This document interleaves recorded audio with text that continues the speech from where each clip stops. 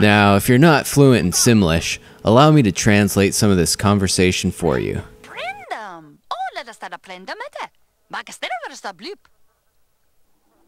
Schmeckt. Hm? Schmeckt. What? What? How do I make him stick a fork into an electrical socket? Oh, well, sorry for my poor translation. I took Simlish in high school and don't remember much of it anymore, except for the swear words. Anyways, this is Sims Bustin' Out from Maxim on the Xbox.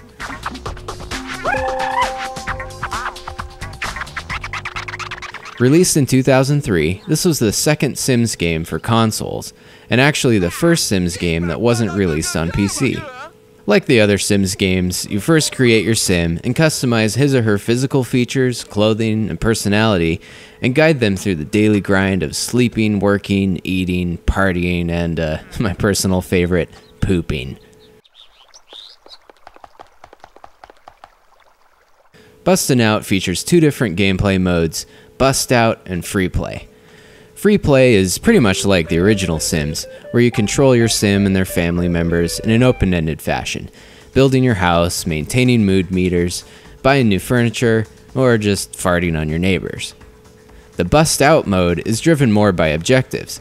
The premise revolves around some rich guy named Malcolm that's stealing everyone's stuff, so you're trying to get enough job promotions, unlock enough items, and earn enough simoleons to buy it all back, with the ultimate goal of evicting Malcolm and taking over his mansion. How getting your friend Mimi to pull your finger will unlock a chair is beyond me, but yeah, you get the idea. So the big difference in Bustin' Out from the other Sims games is that you'll have to keep moving from place to climb your respective career ladder and obtain new objectives. So in this mode, you might not spend a whole lot of time customizing your living space, other than the mandatory spending objectives. While this linear feel is pretty different from the sandbox style that made the original Sims so addictive, it does get you into some pretty entertaining situations, like conducting a seance, building rocket gnomes, or living in the nudist colony of Pixel Acres. I guess one of my main gripes with this game is the control. As you can imagine with porting the Sims to a console, you'll often find yourself wishing you could just use a mouse. The fully rotatable camera is a nice upgrade from the original's isometric view, but using an analog stick to micromanage your family's study habits and bowel movements leaves a lot to be desired.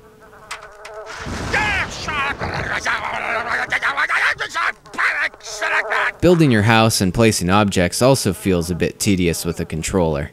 And being that that's one of my favorite elements of The Sims, it definitely makes me rather play one of the many PC versions instead. Or maybe I should just go to school for interior decorating. Yeah, maybe my thesis project could be about skeleton displays in today's modern kitchen. Anyways, with so many expansion packs and sequels in the Sims series that have been released since this game came out, going back to Bustin' Out today really makes it feel obsolete, especially considering all the depth and customization the newer versions have. But for its time, it was still a fun and straightforward console alternative, with plenty of laughs and pixelated naughty bits.